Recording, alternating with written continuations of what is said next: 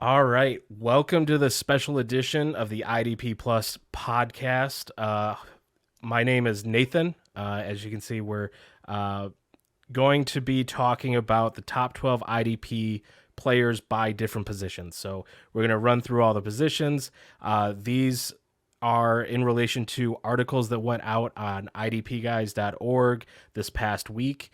And we're just going to kind of go through each position, talk about what we see as questions, or, do we like something? Do we think there should be something different?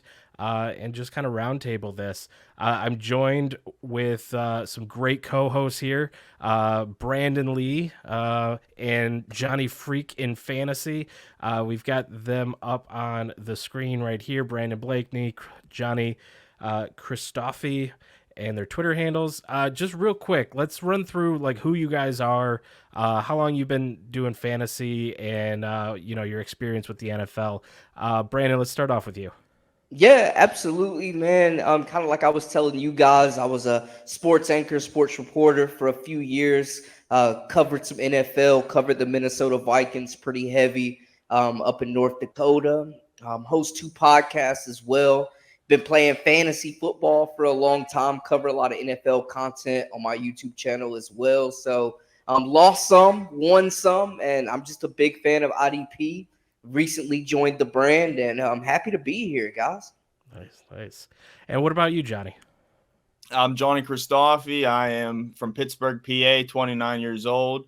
As you can see, I'm wearing my Penguins hat, but I am a Steelers fan. However, fantasy has kind of stripped me of that. I'm always rooting for my teams and my players first and foremost. I've been playing fantasy since 2010, since I was a sophomore in high school, and I started playing IDP back in 2012. So I remember the glory days of when you had two linebacker crews like Navarro Bowman, Patrick Willis, Lance Briggs, and Urlacher, the good old days. So I'm glad to have seen the game transform to here, and I'm glad to be part of the IDP Plus team and help you guys out tonight. Awesome. Yeah.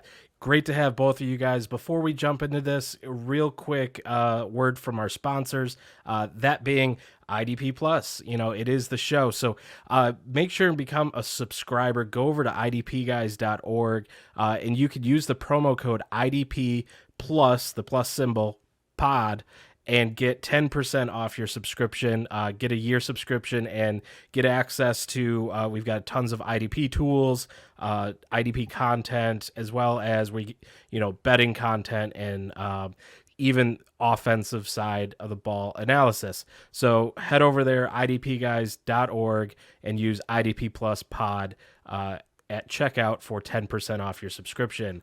All right, let's get into the first one here. We've got defensive tackles. This was written by Will Weiss. On Twitter, he's at FF_skinny chef.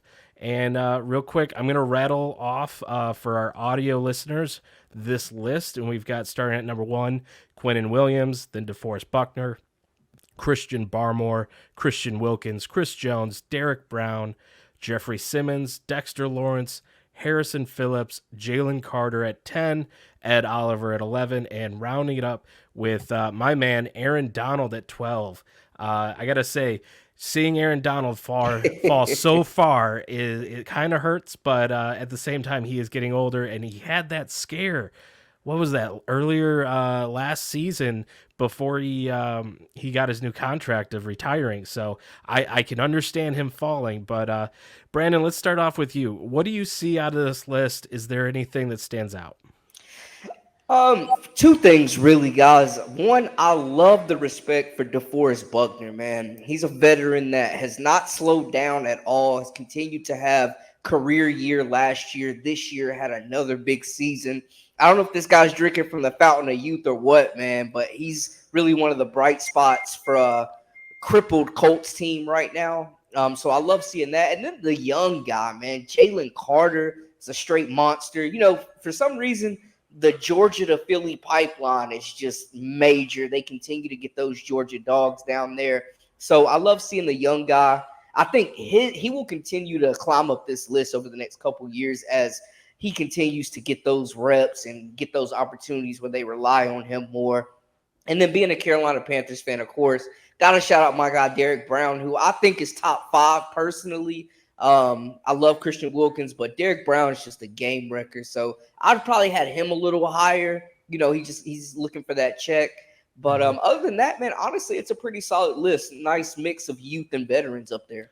Yeah, absolutely. And in his article, Will Skinny Chef actually says that he's taken a huge swing with Jalen Carter at 10, but he's the first rookie since Aaron Donald to record 3.5 sacks and 12 combined tackles in any 5 games stretch in his rookie season. So, I've heard some back and forth on it from some comments, but hey, man, he's there and he's planting his flag. But what are you seeing out of this, Johnny?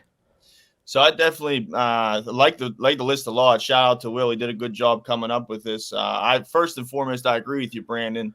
DeForest Buckner, man, what a beast! Even at 29 years old, I mean, you could think that 29 in some positions is, you're getting older there, but for 29 at a defensive tackle, I'm not too worried about that age there.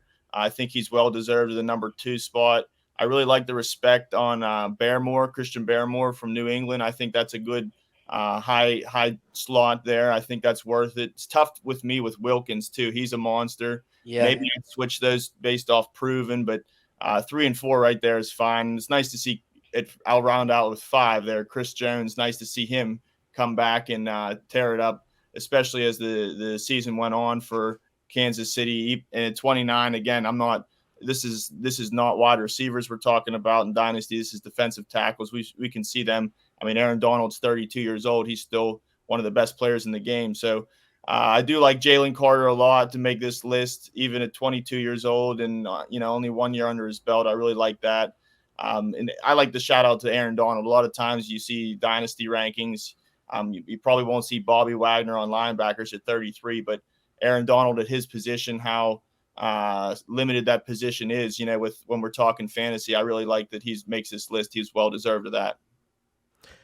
Yeah, absolutely. I mean, it goes back to, I mean, Aaron Donald has been a big fan of, I've been a big fan of Aaron Donald. He has not been a big fan of mine. He doesn't know who I am. But ever since I saw the video of him, doing his rush move practices with knives, like, did Yeah. you guys see that? Yeah. Insane. Like he's a ninja or something out there. Yeah, absolutely. So that always had great respect, even though, hey, I'm a Lions fan, and this week I am not a Rams fan, but I still put a lot of respect on his name for what he does. So I got a question here. Coming from we posted this list, this article over on Reddit on FFIDP, and man, did it blow up. We had 30, close to 40 different comments of people, giving their takes, giving their thoughts on everyone listed here. But 2 names came up as possible omissions that people were like, oh man, you're sleeping. They need to be in this list. What is your thoughts, guys, on Justin Matabuki or Kobe Turner from not being on this list? Brandon, what do you think? Honestly, I think right now the defensive tackle position in the NFL is one of the deepest. So you're already going to be leaving people out. I mean, I didn't even mention I think Ed Oliver's a little low. So for those guys, they could be a little slept on. They're not exactly household names, but if you watch the game, their production and you're familiar that those are 2 game records who are absolutely deserving, but it's also like, who do you take off? Mm, yeah, that's very true. What do you think, Johnny? Well, I believe one of the names you said was Matabuke, right? Mm-hmm. Justin Matabuke. I think he's very well deserving of this list. I mean, he lit up the stat sheet not only with sacks but tackles too. And I do believe is he maybe something why Will didn't put him on this list is I think he is looking for a contract, if I'm not mistaken, coming up. Yeah, You know, so just to clarify that, Justin Matabuki was in the article in honorable mentions. He said he's one of the best DTs in the league this past season, and he said it's not meant to be a hot take to leave him off. But Matabuki is going to be a free agent, and the Ravens will have about 11 million available in salary cap before they sign free agents and draft picks. So a projected franchise tag for next year somewhere between 17 and 21 million. So he thinks, from what I'm reading out of this, he might not be with this team. It might be a different situation for him. So with a lot of variables, maybe not making that, number, DT1 kind of tag there. But Right, right. I mean, if he gets re-signed a 3-year deal, boom, he's not even number 12. He's moved down further than that. So that's all dependent. And that's the thing. A lot of, I'm sure we'll come up and say it. No, this is the first time, but we'll say it again that we're talking season just ended and we're making dynasty rankings. So until those guys get drafted, until people get signed, find out where the people go, it's tough to gauge at this point. But definitely a name that, if we were talking this year, 2023 would be on that list. Yeah, absolutely. This is the way too early list. We're talking top 12 in January for next year. There's no way that this is going to be moved around with plenty of different things happening over the next few months. But Brandon, any final thoughts on defensive tackles? No, I love it. I think some of these younger guys, I think, have a chance to move up this list. When I'm looking at Derek Brown, Dexter Lawrence, Ed Oliver, he comes out and has a dominant playoff performance with the Bills. Maybe we're moving him up into the top 10. Who knows? Yeah, absolutely. What do you think, Johnny? Let's round this out. Any final thoughts here? I think it'll change, of course, from now until the beginning of next year. But I do think there's a bunch of veterans on this list that you do know what you're getting. Chris Jones, Buckner, Aaron Donald. These are veteran guys. I think this list is great starting point, and I can't wait to see where it evolves to beginning of next year. Yeah, absolutely. All right. Speaking about knowing what you're getting, and before we move on to the next slide here, the next position, I just want to take a quick second to talk about our second and last sponsor for this show. I won't go in any more ad breaks, but we're going to talk about Trophy Smack for a second. And right now you've just finished your fantasy league championship. You're looking for a piece of hardware to hand out to that winner. Don't look any farther than Trophy Smack. Go over to trophysmack.com, use the promo code IDP guys at checkout, and you will receive a free custom ring, Super Bowl ring with any purchase of a trophy or a belt. And I want to show you here. I even have one. Woo-wee! Look at this baby. This is a solid, gotta be like 5 to 10 pounds here. It's got some weight on it. It's got some weight. It's metal. It's got the nice leather. And look at that. You get the custom, just whatever you want to put on there. You can create your own graphics, or they have a builder on there. But one of these things, just awesome for your fantasy league. Give it to that winner, and then get them a ring to go with it. So go to trophysmack.com, use the promo code IDP guys at checkout, and you'll get hooked up for sure. So all right, with that, let's move on to top 12 linebackers here by Brian Hess at Porg_IDP.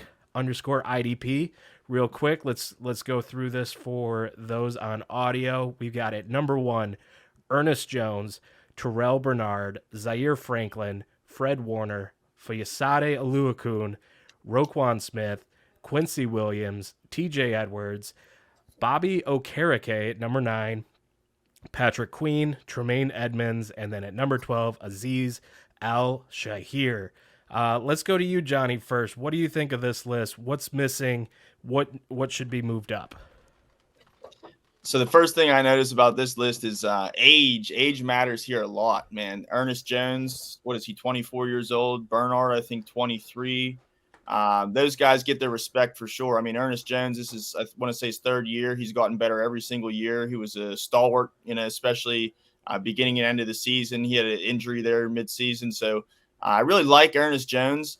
I don't know if I'd take him over Roquan Smith still. You know what you're getting with Roquan. Some of these guys too, Foye, even Fred Warner and Zaire. Those guys have earned that.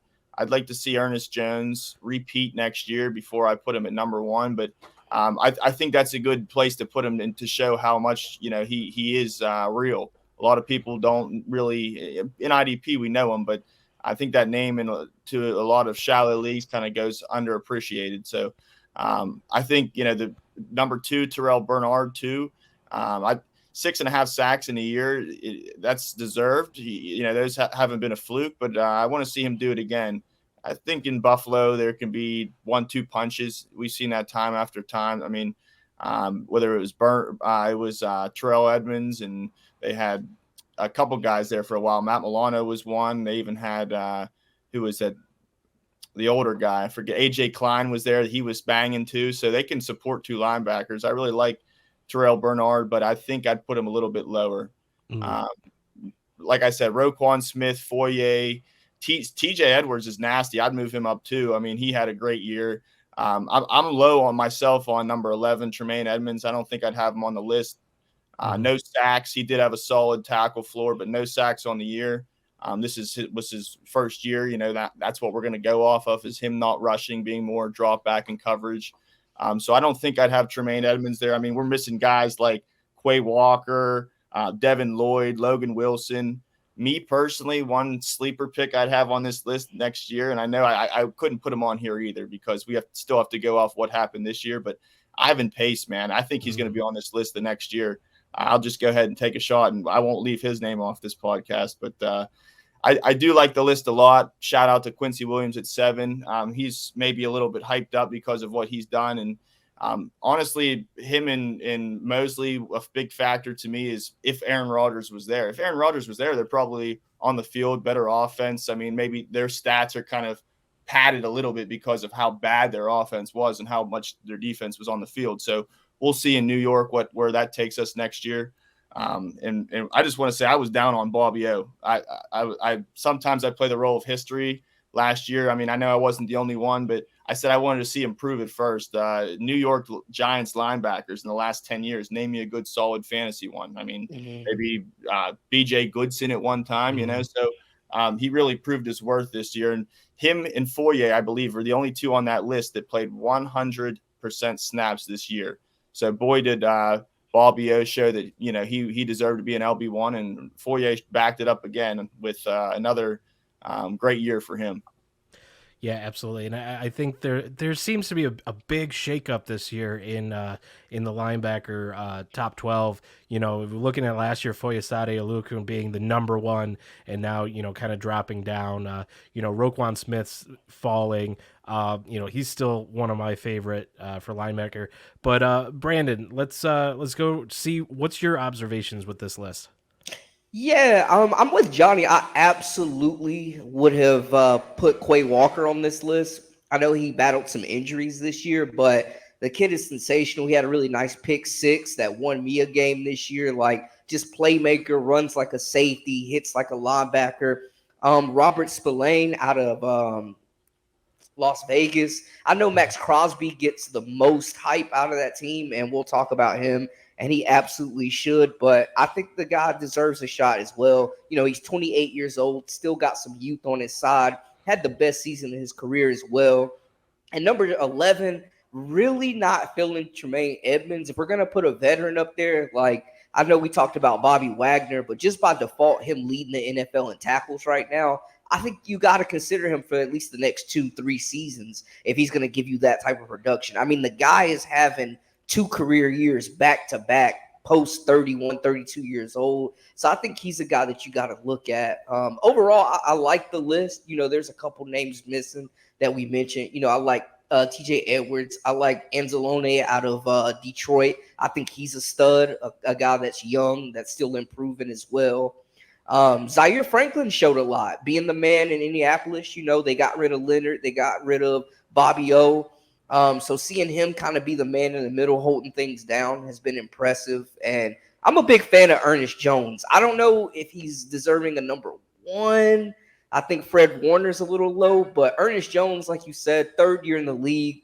Last year was his first year starting. The Rams had that veteran linebacking core. They turned it over to Jones, and he's produced 200-plus tackle seasons. So big fan of his game as well.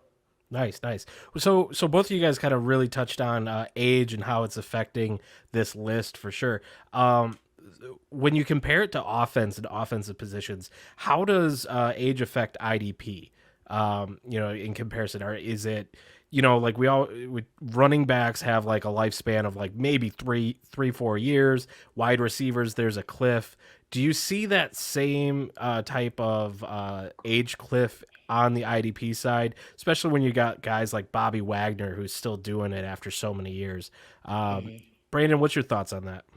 Yeah, I mean, I'm just gonna say this: you're not gonna see a wide receiver that's 33 years old leading the league in a category like yards or touchdowns. And you got Bobby Wagner, who's 4 tackles ahead of everybody on this list, and the entire NFL leading them at 33 years old. So I think with linebacker, I look at a guy like Devondre Campbell, who's still doing it, who's older.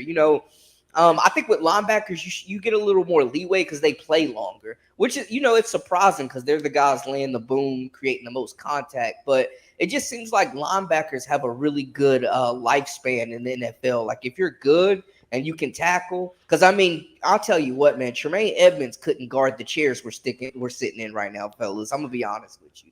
So he's always been known as a heavy hitter, but as a linebacker, sometimes you can be one dimensional and shine. So I think a lot of those guys rotate. They don't have to play every snap to be effective. So it gives them a little bit longer life in the NFL. So I think with linebackers, you get a little bit more leeway because some of them are hitting their best years after they're 30. Mm-hmm. Yeah. What do you think, Johnny? I think it's a good question, and the answer I'll give you, I think it's a double-edged sword. So if we're sitting here and we're saying Ernest Jones, versus let me see an older name here, maybe TJ Edwards. I believe TJ Edwards is 27 years old. Ernest Jones, a third 23 or 4. Yeah, they're probably about 3 years apart. Yeah. Right. So now age matters, right? What Brandon said is true. Linebackers, Fred Warner, that's somebody who I expect to see playing into their mid-30s, right? And be successful, be still a solid IDP play. Now, I don't think it's something where you're saying, oh, one's 27, one's 24. I look at that almost the same.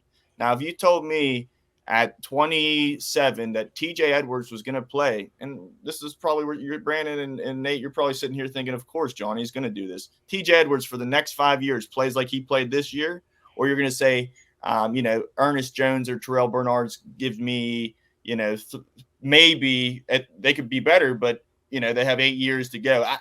To me, I kind of want the money in the bank. TJ Edwards is somebody, if he can give me 5 years of what he did last year, I'm not taking the risk on Bernard. I'm not taking the risk on Ernest Jones. And not to say it's risk involved, because these guys should be here to stay, just like Fred Warner coming up, Roquan Smith coming up, but at the same time, like I said before, I want to see a little bit more out of those guys, especially Bernard.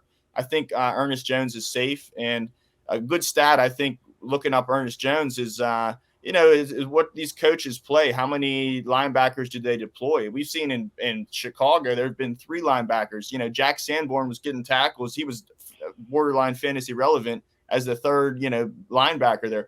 Ernest Jones for the Rams, he's playing in a system where at their second linebacker, I think Christian Roseboom plays about 50%, less than 50% of snaps. So big difference on like where you're playing, and you need to know that too in Dynasty. But if you told me TJ Edwards for five more solid years or Ernest Jones for 7, I'm fine with Edwards. I don't see much value dip there. I would take the money in the bank. I'd take the Fred Warners. Those guys aren't old by any means. I just want to say, too, I really like that point you made about Ernest Jones and his snap count. And we saw, too, that he can absolutely play against another superstar linebacker because his stats didn't take a dip playing next to Bobby Wagner either last season. So the Rams bring somebody in. I'd still stick with Ernest Jones to up that production. Nice. So, just looking at, there's a big name that's left off this list that not because of any oversight, but because of injury. But Nick Bolton, do you think he bounces back from that injury and comes back to make this list next year? Let's start with you, Brandon. I mean, the guy's tough. He's skilled. You just wonder if he'll come back the same player. You just never know, especially with linebackers. It's a psyche thing. Like I'll take it back to Thanksgiving when the Carolina Panthers were whooping on the Dallas Cowboys. One of my fondest memories. Luke Kuechly's in his prime. A few games later, a few months later, he takes a crazy hit and he loses his edge. in the best linebacker in the game retires and is done with football, still in the middle of his prime, mind you. So I think it'll just be his psyche. Is he going to come back and trust his body and his instincts and just be confident in what he can do out there to get back to that form? Yeah. What about you, Johnny? What do you think? I mean, I think if he had a normal season, he'd be, on this top 12 list. The injury, sure, it clouds things, but he's still a young guy too. I expect him to bounce back. I mean, if some of the names I named, we're talking Jordan Brooks. I mean, I know he's on a sour note too. I like him a lot. We're talking 26-year-old guy, who's led the league in tackles 2 years ago. So, some of these guys are being duped on this list as it is. Devin Lloyd, what a year. This is only his second year. We're talking dynasty plays. Ivan Pace, Quay Walker. Those guys are being left out. So it's no disservice to Nick Bolton. I think he can bounce back. I don't think he's somebody in dynasty that I'm trying to sell at all. Not for the low, not for the high either. I mean, I like Nick Bolton. I don't think anyone's going to pay top price right now, but no, I'm not afraid of him at all. I think he'll bounce back well, and I kind of forgive him for what he's done. I mean, he's also splash play, multifaceted, tackles, splash play, sacks, all that. So yeah, I think he'll bounce back. I give him and the Chiefs give him a good offseason, I think. Yeah, nice. Okay, and then we touched on Zaire Franklin. Yeah, but one comment that was pretty consistent in Reddit when I posted this was the EJ Speed, and how EJ Speed had a more efficient game spread once he came in versus Zaire Franklin. What do you think of that? Is EJ Speed the better linebacker to have there, or do you think that it's maybe a flash in the pan, or just something you want to see more of? And we'll start with you, Johnny. So both of these guys came in when, I think both of them weren't supposed to be, especially Zaire. He was a special teams player first couple of years, took him a while to get going. So when he came in, I think being familiar, and both of these guys were, that's the common point here. I think being familiar with the system, being familiar with the coaches, getting those practice reps, getting a look from the sideline, I think that helped both of them. So when they were able to, get in that starting lineup, both did great. And, EJ Speed, there was times last year, I want to say, where he was, Shaq was out. He was going to start. He wasn't putting up, 20 points, 10 tackles last year. That was this year. And we're talking a sample size, I want to say 4 or 5 games, maybe, where he really picked it up. I'm not buying too much into EJ Speed at this time. Definitely don't think he deserves to be on this list yet. I would be surprised if he was even going into 2020. What would be 2025 now? I wouldn't have him on this list even for next year. He's going to have to prove it more for me. I do like him as maybe you take him later in the rounds. You don't want to pick a heavy price. He's somebody to keep an eye on, especially if he's going to be in that starting position. And brings me to my final point. And most importantly, this is early on. We're talking about a 4-game sample size.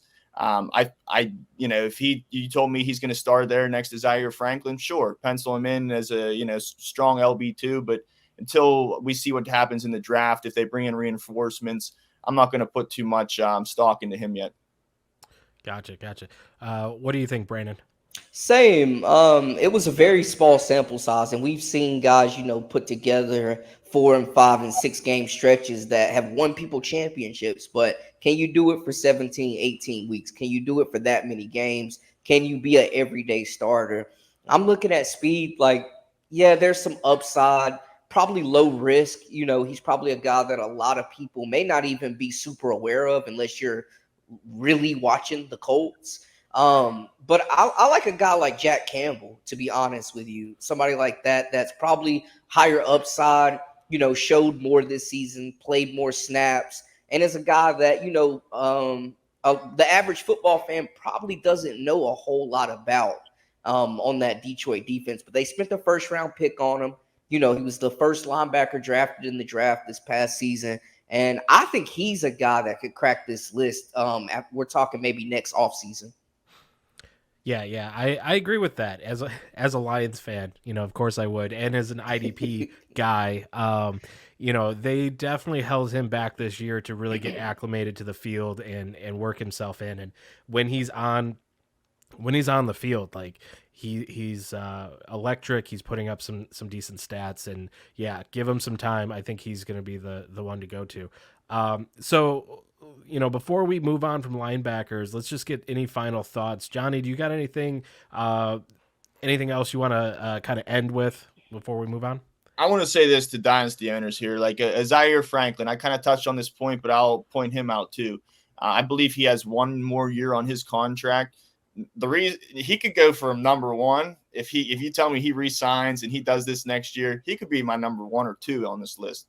Now, if EJ Speed, he's going to be in a rotation with another guy. If there's 3 guys, they put somebody draft stock into some linebacker.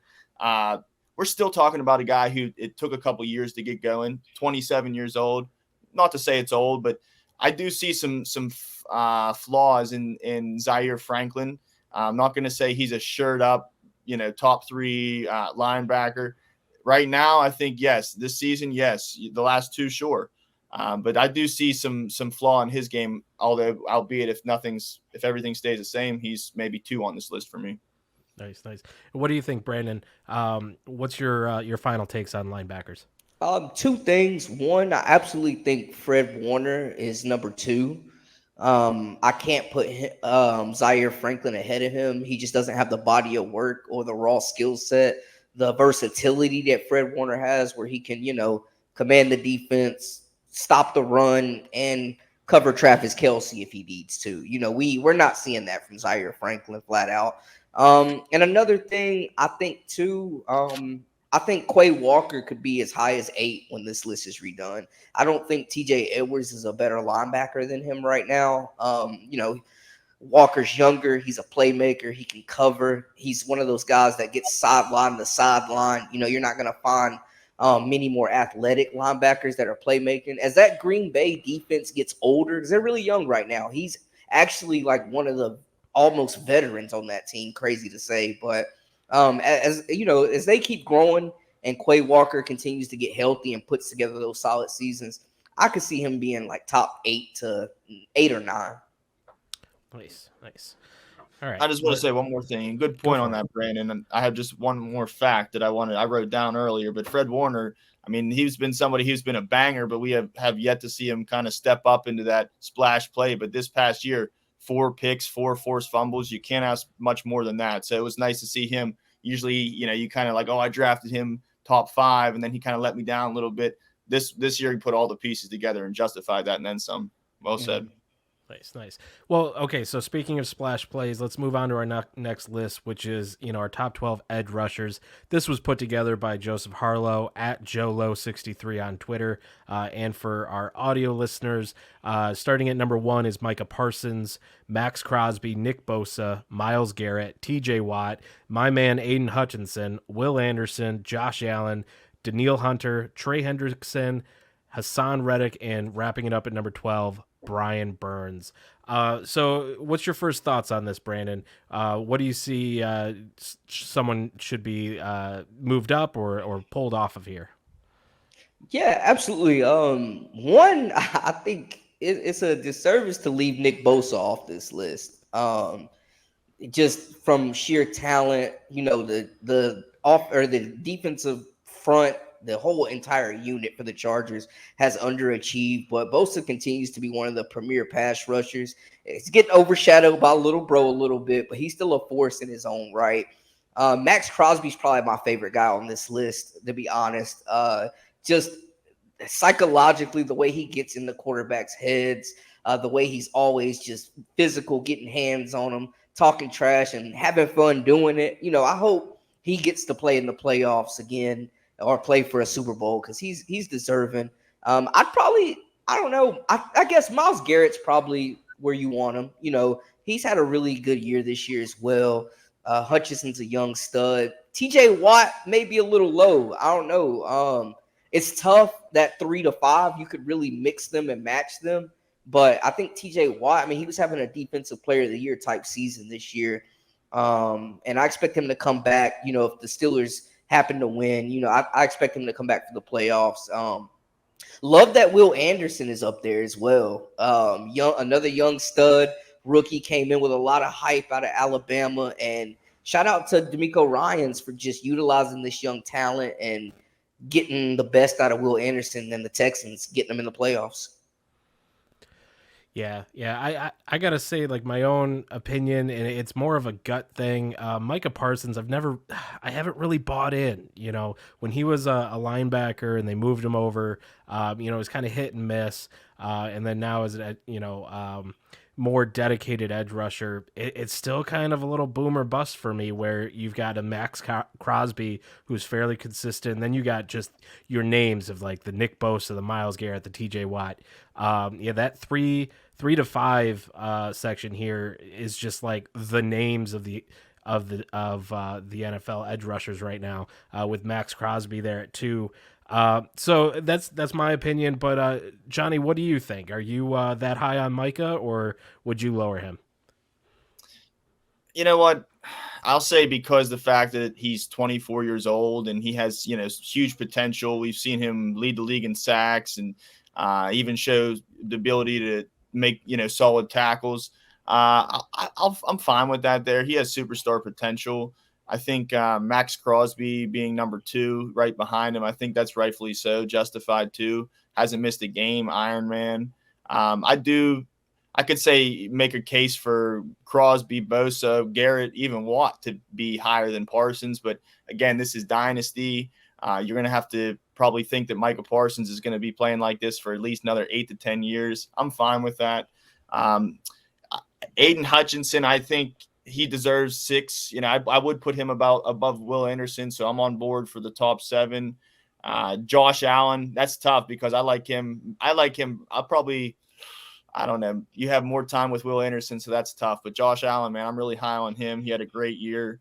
I think, people were maybe down on him for the first couple seasons. It took him to get going, but I think he figured it out. I really like him at the 8th spot. That's a really good top 8. Daniil Hunter, if age doesn't scare you, well-deserved. He could be higher if we're talking, what's most important to you, the next 2 years or the next 8? That's a big difference. So if you're looking for the next 2 years, Daniil Hunter, move him up on that list above Anderson and Allen. I'd make a big jump and put Brian Burns, I think, at number 10 over Trey Hendrickson. And I'd probably just maybe switch them. Brian Burns and Trey Hendrickson straight up, just switch them 10 and 12. Maybe you can make a case for Hendrickson above Reddick. Neither of the two are really younger. They're 29 at this point. Hassan Reddick had a great year last year, kind of didn't repeat it this year. Maybe age is a factor. I'm kind of having questions there. What's going on in the offseason, what's going on with the team in general.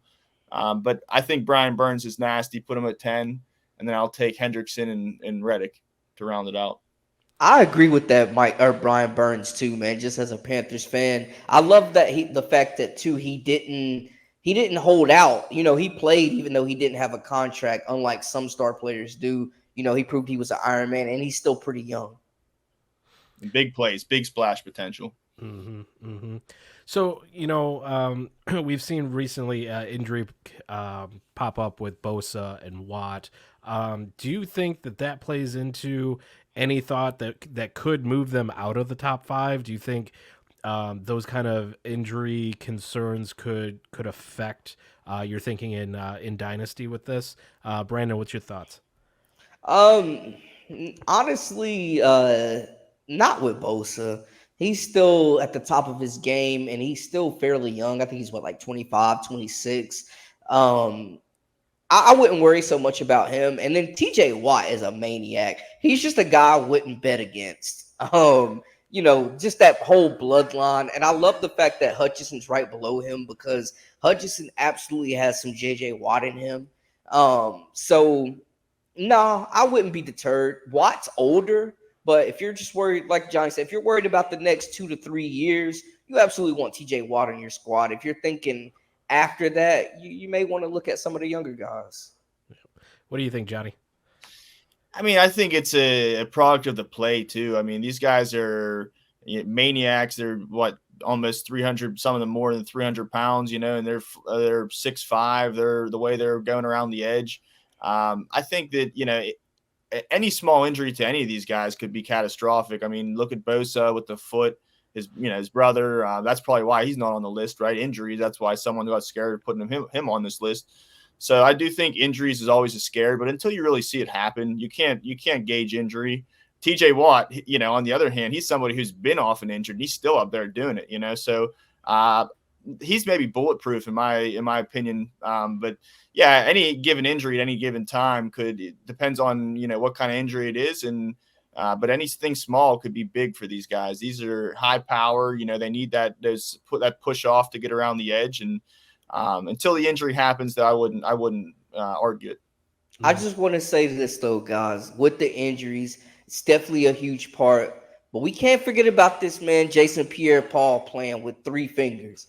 I'm just saying, if you can get out there, you can make it happen. That's right. Yeah. I think TJ Watt would cut off all 5. Oh man, yeah.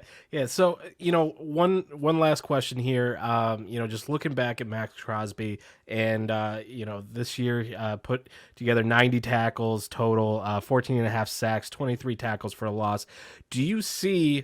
Maybe it's not this year because Micah Parsons kind of, you guys seem to really be on him at the one spot. Do you see him maybe next year putting together another really solid year and slipping up to number 1? Do you think he can improve on what he's done?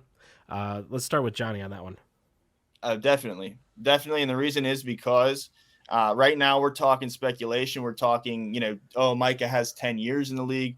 If he does, he has to prove it now. He has eyes on him. People know that where he's been drafted in the last 2 years, and the expectations of him and being a number 1.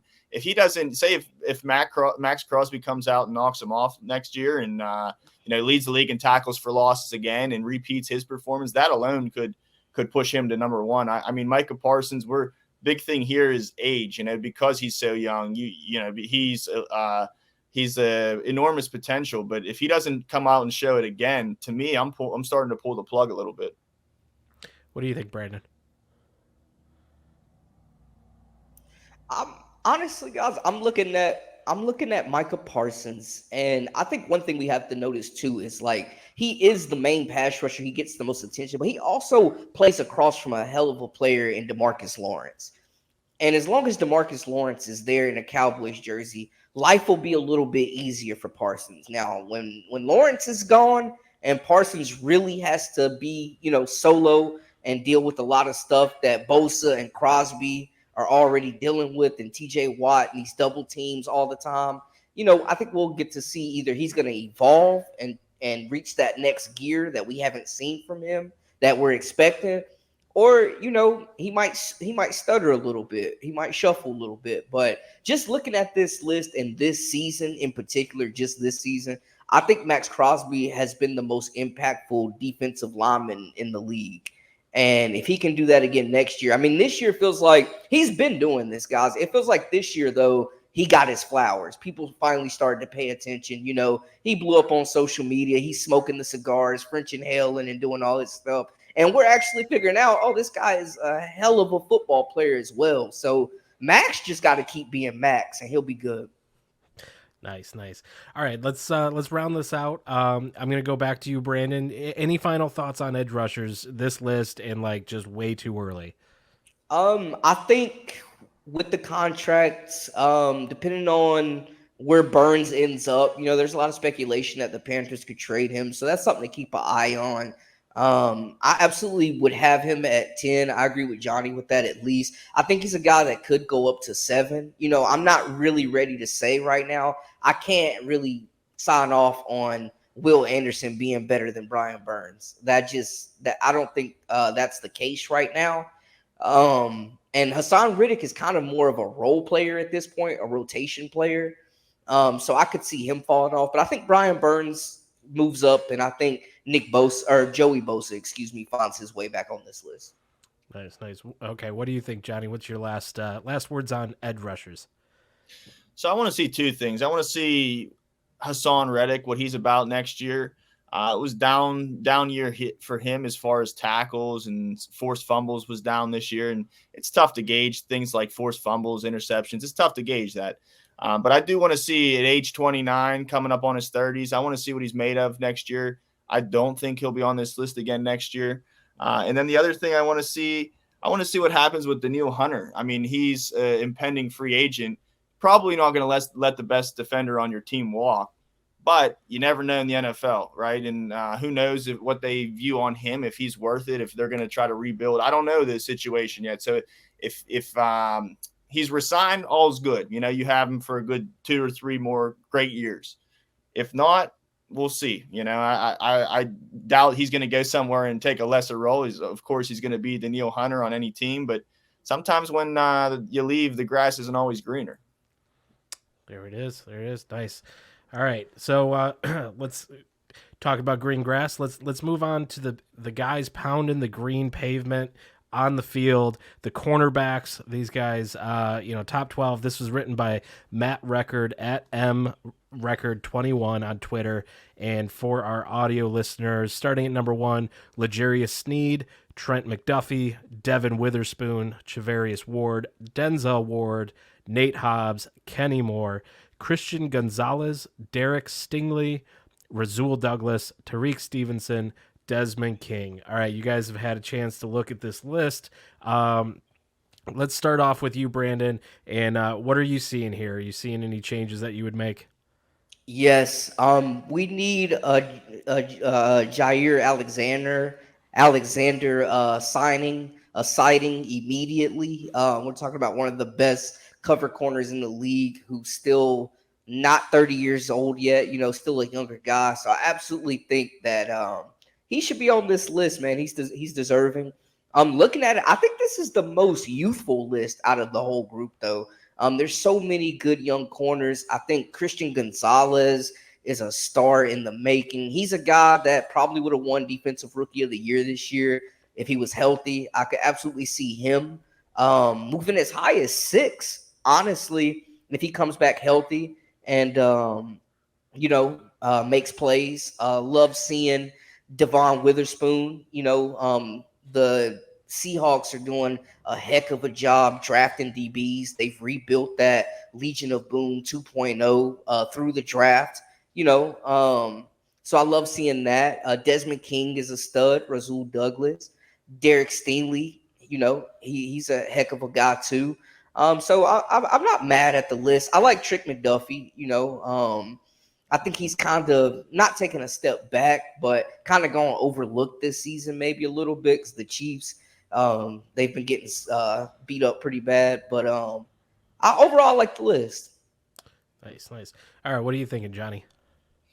I agree. I think number 8, Christian Gonzalez. I'll start off by that. Even though he, got snubbed of the majority of the year with injury, I still like to see him on this list based on potential youth.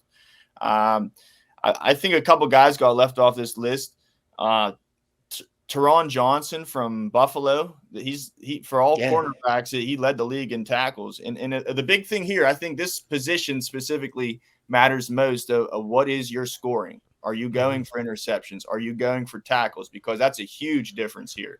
If we're going for tackles, absolutely, Teron Johnson is at least not outside the number 10. He's at least 10 for me. Rasul Douglas, I'm not so sold on him. He's a great player. He has great track record, but I want to see next year what happens in Buffalo. Assuming he stays, they get Tre'Davious White, and they also have Teron Johnson playing this well. They got tough decisions to make.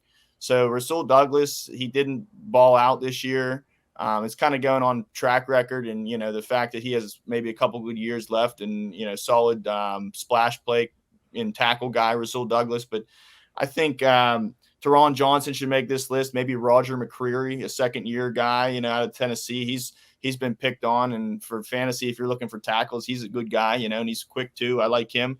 If you're going for picks, maybe you put Deron Bland on this list. If you prioritize interceptions, that's your thing. If you're getting 5 or 6 points for a pick, L'Jarius Sneed, I don't know if I can put him at number 1. I mean, he showed it the last couple of years, but this year he really didn't. He didn't have I want to say he was getting a couple sacks before this year. Didn't really rush the passer this year. That kind of concerns me. Maybe is he kind of evolving to that standalone corner versus, Trent McDuffie? Maybe he's starting. He had a lot. I think he led the league in rushes for quarterback hits and, rushes for cornerback for, the position. So maybe he's kind of, to me, those two are mudding each other up. I mean, I understand the potential, and you're going to have probably 8 to 10 more good years with them. But this is a tough position. I could see Devin Witherspoon being number 1 next year. Denzel Ward, I don't know if he does it for me. He's such a great corner. He really is, but that's a guy that sometimes you don't want to target because he's so good. So that has an effect. I really like Kenny Moore. You can take away the 2 pick sixes he had in that game, but hey, it's football. Sometimes it's luck, but he was there. So he's all over the ball. I mean, if you're looking for tackles, he's definitely somebody that you're putting higher on this list. Derek Stingley, I mean, he's came back from injury, had 5 picks, I think in the last couple of weeks. So that's crazy if you're going for picks. It depends on what your scoring is. Tyreek Stevenson, I'd definitely move up. But that's the thing. I mean, if you come in the league as a rookie and you lead the league in you have more tackles than L'Jarius Sneed, you have more tackles than McDuffie. To me, that's a lot of gray area in the rankings. Just know what you take out of this is what your scoring is. Maybe, and if we say we're looking for tackles, maybe there's no one better than Nate Hobbs, at number 6. So to me, it's fluid on your scoring, but take it as you will. I think it's a good list, and definitely some young names on there, and definitely it's good to have faith in those young names. Yeah. I really like that you brought up scoring with this, and that's a common question in IDP is what kind of scoring to do, but also like roster settings. And so cornerbacks, defensive tackles are 2 of the positions that can kind of get, like, depending on the way your roster is set up, kind of set apart, not really utilized. Like if you're doing defensive backs, maybe you're not utilizing that many cornerbacks, or defensive line, you're not using defensive tackles as much. I wanted to use this as an opportunity real quick to talk about some of our leagues and the settings that we have. Are you guys playing in any leagues with dedicated corner slots, and how many do you play with? Johnny? Me personally, no, I have not yet. It's something that I'm looking forward to try. And that's, I'm coming from a lot, most of my leagues, I've probably done 6 leagues in Yahoo for the past, 10, 15 years, 10, 12 years. So that's 60 leagues, and these are IDPs. I don't think it's too common yet on there to have strictly cornerbacks. So I think that's good. We could take advantage of that, and I think that's something that's only going to be more prevalent. So me personally, the guys that I'll see in my defensive back leagues, definitely Sneed, even though in those leagues he was down this year. The tackles weren't there, splash plays weren't there, sacks weren't there, didn't get a pick, I don't believe. So L'Jarius Sneed was a big fall off in that league. Trent McDuffie was an afterthought in those. So, I mean, that's coming from tackle heavy league. So Devin Witherspoon was a solid defensive back play in general, but if we have to play a designated corner position, all of these guys are worthy of a spot. Yeah, absolutely. What about you, Brandon? Are you playing more DBs or actual cornerback slots? Yeah, more DBs. I'm bigger on safeties for my DBs just because of the tackle aspect. I will say I did start Jalen Ramsey a few games. He was coming off an injury, but he put up points. You talk about corners that tackle typically, you're looking for the big corners, the Jalen Ramseys, possibly, Patrick Surtain's probably on this list last year. Guys like that are gonna get involved in the run game. Devon Witherspoon, another guy where those corners for the Seahawks really get active in the run game. So that was a guy I was seeing a lot in my leagues as far as corner was Devon Witherspoon as well as Nate Hobbs. Nice. Yeah. I've been playing cornerback positions in different leagues. I mean, I will say the vast majority is defensive back, and corner can be a difficult, position to, generally what I do is to stream it, because you're looking for those matchups, just like on the offensive side, you're looking at wide receivers and cornerbacks. It's the same thing with this. And but what I'm hearing here is that we need an IDP Plus Dynasty League and introduce you guys to some cornerback back position roster slots and see how that goes. So before we move on from this, just one last round of, is there anything you're seeing? Any last words on cornerbacks? Let's start with you, Johnny. I want to say, keep in mind, Brandon made a good point. You might have had Surtain on this list. He's not there. He probably was on this list. I'd probably bet on it, but he's not there this year, and he's a young cornerback. And to me, this is a different position of how we look at like a linebacker. If Quay Walker and Roquan Smith, being how young they are, I expect them to be IDP relevant. I expect them to be bangers for the next 10 years. Looking at a lot of these guys, I mean, Christian Gonzalez, he might be an exception. Tyreek Stevenson might be an exception. Witherspoon's definitely an exception. Other than that, and Trent McDuffie maybe too, because he was a highly touted sleeper coming this year. He had a good year. Maybe he builds off that. These guys have a lot of time to go. But you see how Surtain, example, he could be, top 10, and then next year, based on how the season goes, this is a very volatile position.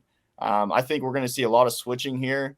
And I think it's just tough. I mean, if you're trying to chase the pick out there, I mean, look at guys. Rasul Douglas, he had 5 picks. Derek Stingley, 5 picks. Charvarius Ward, 5 picks.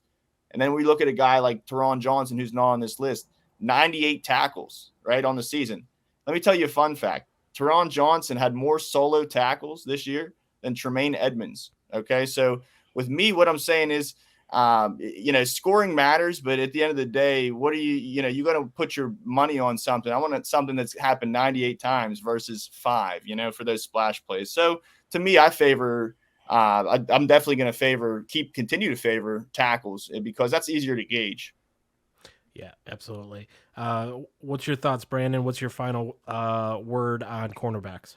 Yeah, I think it's a young man's game. Every year it seems like for the past few years we've seen a player out of the draft come in and become a top 10 corner in year one. We've seen it with Devon Witherspoon. We've seen it with Christian Gonzalez. Tyreek Woolen before Witherspoon got there. Woolen was the next guy up and was supposed to be a big deal, and he's another big corner. But I think maybe he's a guy we do see coming back up there. As well as, Teron Johnson, as well as Patrick Surtain. I'm big on tackles, though, so I'm with Johnny. Like, if I got Johnson who's out there hitting like a safety, I want him on my team. But I think some of these guys won't be on this list next year, or even maybe later in this year. I could see as many as like 6 of these guys getting replaced. Yeah, definitely. And that's the one thing is you never want to be chasing the points that already happened. Make smart decisions, make sure that you're getting players that are consistently racking up, like tackles is a very good indicator of someone that you want to be playing. And, big plays, splash plays, difficult to predict. But with that, let's move on to our final position here, and that is the top 12 safeties. This was written by Randy Johnson at oldman_FF on Twitter. And for our audio listeners, starting at number 1, we got Derwin James, Minkah Fitzpatrick, Jesse Bates, Cameron Bynum, Brian Branch, Kyle Hamilton, Javon Holland, Jaquan Brisker, Antoine Winfield. At number 10, my guy Budda Baker, Jordan Battle, and then finally at 12, Kyle Duggar. So Johnny, what's your thoughts on this? You've had a chance to look this over, and do you see anything jump out to you? I mean, to me, it's another volatile position. If we look at number 3, I mean, probably a lot of these people who are listing their favorite safety, Jesse Bates this year. Jesse Bates probably wasn't, I don't know to say money in the bank he wasn't on this list, but I'm willing to bet he wasn't on this list last year. So that's how quick things can change. I mean, Antoine Winfield, that was a guy who maybe I put at number 2 or 3 of my rankings coming into this year. I still think he's, a top guy. I mean, Derwin James, tough to argue. When he's on the field, he's an animal. He plays a lot in the box, gets a lot of those splash plays, those sacks, tackles for losses. Mink is a monster. Cameron Bynum had a great year. But a lot of these guys, I want to see, what can they do it again? And again, what I'll say is the scoring. To me, if I'm going for tackles and in a standard league where it's maybe like fantasy pro scoring, I'm not going to put Kyle Duggar on this page. To me, he's too volatile. He's too inconsistent. I don't know what's going to happen with coaching next year in New England. That's another factor, right? But I think depending on your scoring, if you're going for tackles, which I do, even a guy like Cameron Bynum, he put up big numbers, big tackles this year. But a lot of these guys, Jesse Bates, Cameron Bynum, can they repeat? I don't know. Jesse Bates probably, he found a new spot for off the first year. I think he can, repeat. Cameron Bynum, though, with having 3 safeties in Minnesota, they have Harrison Smith, they got Metellus. I put Metellus on this list. But at the same time, I don't know. This is a volatile list. I mean, I don't think I can do one better. These are great names, and I like the ode to respect for Jordan Battle there at number 11. Buda Baker's solid. Winfield, I'd move him up. Brisker, I'd move him up. Javon Holland, if you're playing tackles heavy, move him down. If you're playing splash plays, keep him there. Kyle Hamilton, if you're looking for tackles, I'd probably move him down. That's just the nature of the game is your scoring. You want to bank on tackles as far as I play and what my background comes from. But I do think both of these lists, safeties and corners, no disrespect, because I'm coming from tackle heavy. These guys did a good job of seeing both sides of the scoring, as far as splash plays and tackles. So no disrespect to any list here. Yeah, absolutely. What do you think, Brandon? Yeah, I think it's a solid list. I'm probably replacing Duggar at number 12 with Kevin Byard. Just from a tackle and playmaking standpoint, he's been one of the best safeties in the league, one of the highest scoring safeties in fantasy football over the last 3-4 years.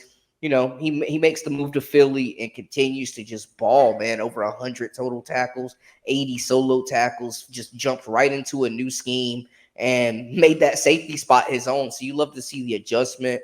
I think Kyle Hamilton is a guy who's definitely kind of more of a playmaker right now. But I think the more he plays, he's still young. I think he can continue to become a more active tackler. I like his upside. I think he could move up in this list. Minka Fitzpatrick, older, but still just making all types of plays. Love to see that from him. I'm with Johnny. I think you could move Winfield up. I'd probably move Buda Baker. I'd probably switch him with Javon Holland, to be honest. Just if you're looking for a mix of tackles and, playmaking, interception, pass breakups, Buda Baker kind of gives you that reliability. He's not injured a lot. He doesn't really miss games like that for the most part. But I think Derwin James right now is in a class of his own, so he's deservingly number 1. I would just like to see Byard up there, probably at least at 12. Mm-hmm. Yeah, Derwin James has just been a beast, and it's one of those. I've been doing this for quite a long time with IDP guys, now IDP Plus, and man, Derwin James in the safety conversation always at the top, and I'm just it's great to see after missing I think it was the 2020 season and just coming back and just staking his claim to that number 1 slot for year after year. And then you've got Antoine Winfield, Buda Baker, who's starting, they're starting to fall down the list, but I agree with you, Brandon. I could see them higher up. But yeah, I mean, I guess in the form of a question, like, what do you guys, Derwin James has just been just killer for so long. When do you think that falls off? Do you think he's got another 3 to 5 years, or are we going to start seeing cracks in the armor soon? Let's start with you, Johnny. You know what? I hate to say this is one of my favorite players, but just in between injury and age, I do think that he's volatile. I'm not going to say he's definitely going to fall off or anything like that. He's definitely deserving number 1 at the same time, but I definitely could see it. I could see also some of these guys rising up and just pushing them down because of how much they rose up. If Jesse Bates goes and puts on a repeat, year, Kyle Hamilton. I mean, if you go probably look up at defensive back on dynasty rankings on Google, and you find he's probably no brainer 1 or 2, if not behind Derwin. So it depends on how you look at things and if how much you factor age. But again, this is a position where I'm not, as a fantasy owner, I'm not reaching on any of these guys, really. Derwin James, you're going to have to pay a hefty dollar. Minka, again, all these guys, maybe not Branch, but that's a sneaky pick. But the rest of them, in that top 6, you're going to have to pay a hefty price for. And to me, I mean, look at last year. I'm not willing to pay that. Cameron Bynum is somebody who until this year was not on this list ever. I promise you that, because he was just kind of a fill in when somebody got hurt. Harrison Smith got hurt. Yeah, he showed well. He put up 10 points, right? Like he's an EJ Speed to me. This is 1 year of it. Let me see more of it, right? So to me, I'm not really willing to put much stock in draft stock, that is, in any of these guys, because I mean, look at a guy like Julian Blackmon. Last year to this point wasn't a good tackling safety. This year he defied the odds. So guys come and go at this position. It is nice to see like a Jordan Battle. He does entice me. He's a high draft guy, just like Durbin was. A lot of stock in him, and you'd think he'll be there for the next 10 years. But hey, that's what we said about Bates. Now he's balling out for Atlanta, and Dax Hill's there. So very volatile position. Don't put all your eggs in one basket. I kind of like to ride the waivers in this position. And if you're in most of my leagues, I'm not with IDP Sharks. I'm with, not 9 to 5 guys who check it, Wednesday night, Thursday before the games. In those leagues, you don't need to put draft stock, into safeties. I think you can find guys that get in the right position. I'll take this list with a grain of salt. Like I said, I don't think I could come up with one better. It's a great list, but it's going to change a lot to next year. Gotcha. What else? What do you think, Brandon, as far as Derwin James? Cracks in the armor, or like Johnny said, do you think someone just succeeds in overtaking him? So I think I'm going to stick with Derwin James for the next 3 seasons. He's 27 years old. He's healthy. You know what I'm saying?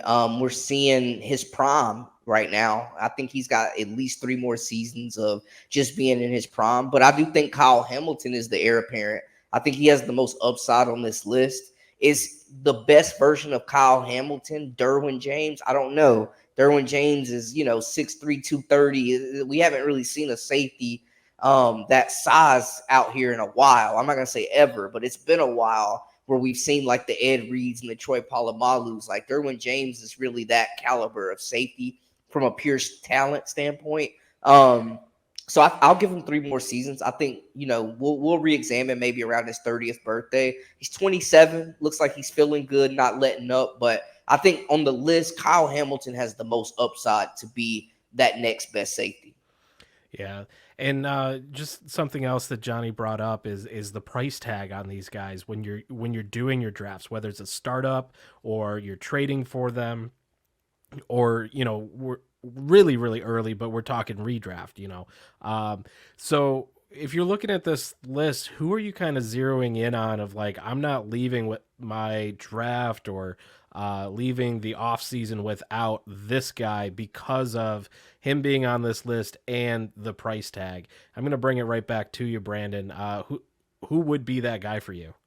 I'm looking at 2, honestly, guys. I'm looking at Jordan Battle because I feel like, he's a new kid on the block, and a lot of people will overlook him just because he hasn't been doing it that long, and you might not have heard too much about him. So I think he's a high reward player, low risk. You don't have to pay a lot for him, and he could pay really good dividends. And then I'm looking at Antoine Winfield as well. I think he's a guy that can continue to climb. He's kind of, like you said, kind of teetering a little bit, but I still think that, he still has some, not a lot left in the tank, obviously, but I think he's still got some growing to do as a football player. So I wouldn't mind, getting him in a later round. Gotcha. What do you think, Johnny? Who are you targeting? If Antoine Winfield, if my my league mates think he's number 9, I'm definitely going there because I think he should be top 3. But he'll be moved up, and I'm gonna look at numbers 8 through 11, and I'll tell you why. Jaquan Brisker, I think he's a solid round pick. He was a solid prospect. He's been a banger. He had, I think, 1 game of 17 tackles. So when he had some injuries too. So when he puts it all together, I think he's a consistent player. You know what you're going to get from him. You don't need that sack. You don't need the big splash plays. You just need his tackling. You need him in the backfield there. And I think their defense really in Chicago as a whole is pretty set. So I don't think anything can really give him turbulence. I like Jaquan Brisker. You're not going to have to pay, the top 5 price. That's a good starter for me. Like I said, Winfield, if I can get him for the low, but if he's the top 3 ranked, I'm not going to touch him. I'm going to, take my chances elsewhere. Now, I definitely agree with Brandon on Jordan Battle. That was going to be one of the names that I was going to say. And because, yeah, maybe someone's thinking like me, like, oh, he's just played half a season, oh, Dax Hill's there. Dax Hill was I want to say first or second round pick himself. I mean, these guys, Jordan Battle, he's a first round pick too. So, I think that they brought him there for a reason. They have a contending team. Sometimes when you get in a bad cycle, players don't get their shot. Oh, we had another bad year. Oh, rinse and repeat. We had another bad year. Rinse and repeat. So I think Jordan Battle, the team in Cincinnati becoming contenders, I think that's good for him. I think he'll be there for the long run. So if he's at this low, and I need a safety one, even as my safety one, I'm going to take him, and I'm going to look for the waivers, maybe a Julian Blackman, maybe a Reed Blankenship, something like that. And I do want to go hit on number 10. To answer your question, based on these rankings, who would I go with right there? Boom. Number 10, Budda Baker. Money in the bank. You know what you're getting. You're getting the tackles. You get some splash plays here and there. He's proved consistent. Only thing is, he's been off injured, but so is Derwin. So is Minka. So is the other guys too. That's part of the position. But Budda Baker, boom, pencil it in. Solid DB2, low end DB1. I'm cool with that. Not a high price tag. Move on. Nice. Yeah. So, so wrapping up safeties here real quick, just getting your final, comments, anything that you're seeing here that you want to leave this show, making sure you have said. Brandon, we're going with you first.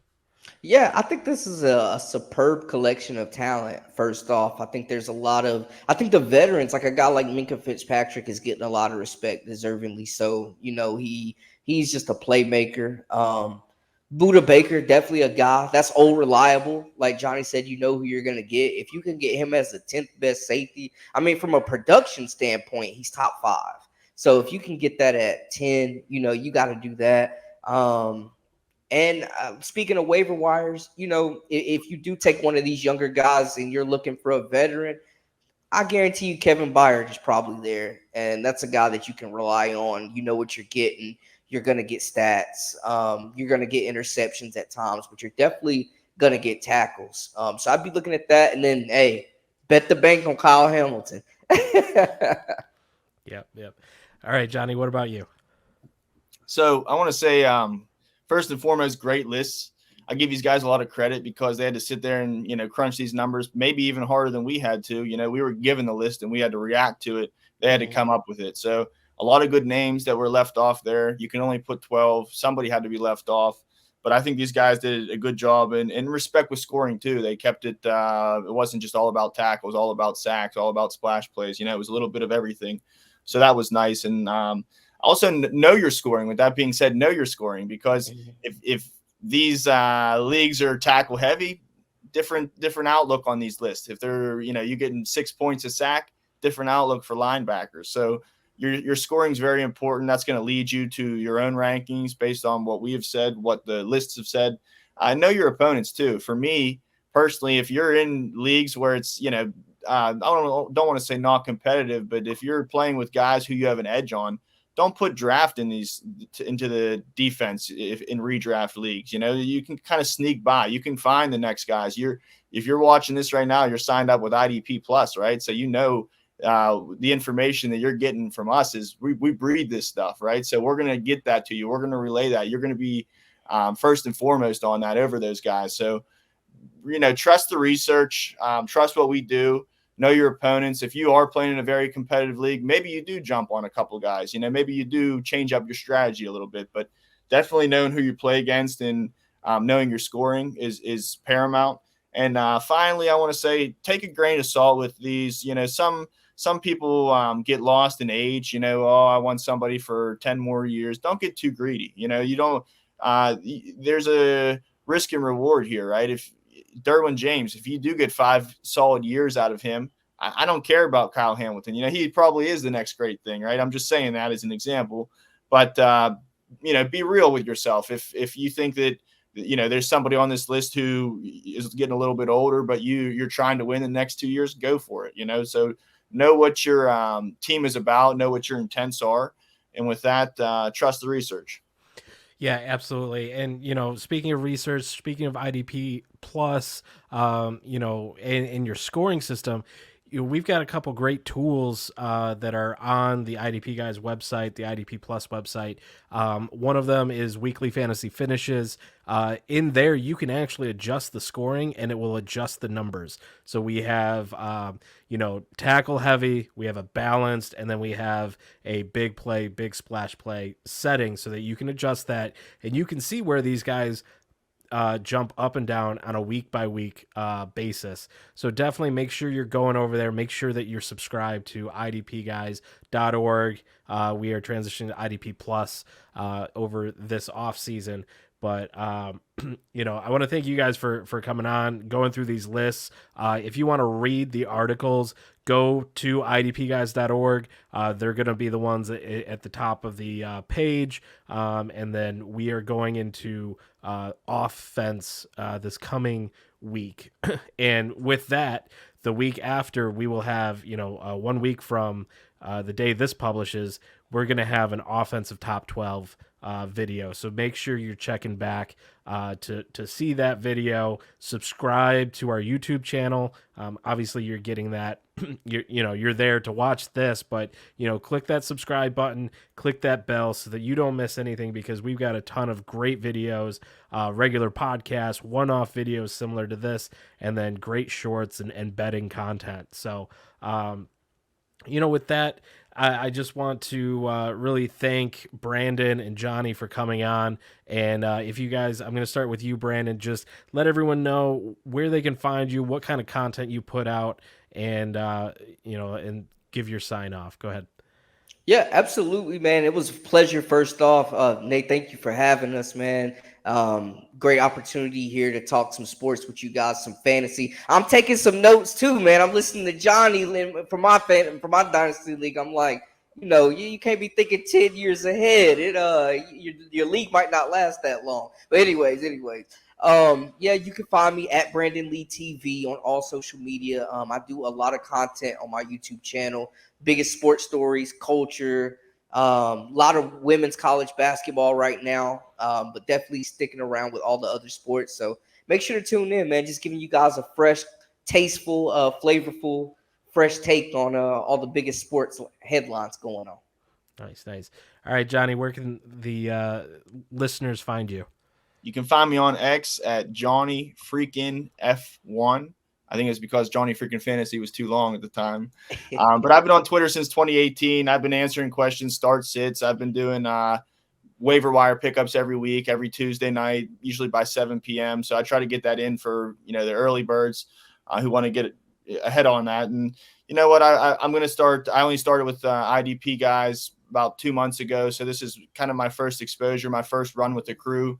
I've already been on some podcasts, and I'm looking forward to continuing that. So everything I do basically fantasy-wise is on X, formerly known as Twitter. So give me a follow. I'm always by my phone. I promise I don't have 500,000 followers. I got 500. So I'll be able to get to your answers quick. So use me, and use the rest of the Dynasty Plus information and research, and trust us. And I want to thank you for rocking with us.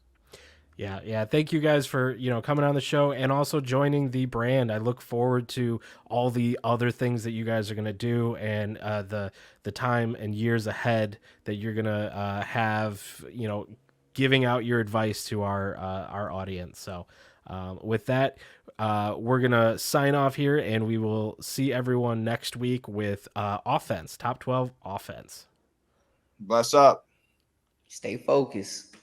Thank you for watching this IDP Guys video. If you like this content and you want more fantasy football content, click here. If you enjoyed this video and you want to see more videos to help you master your IDP league, click here to subscribe.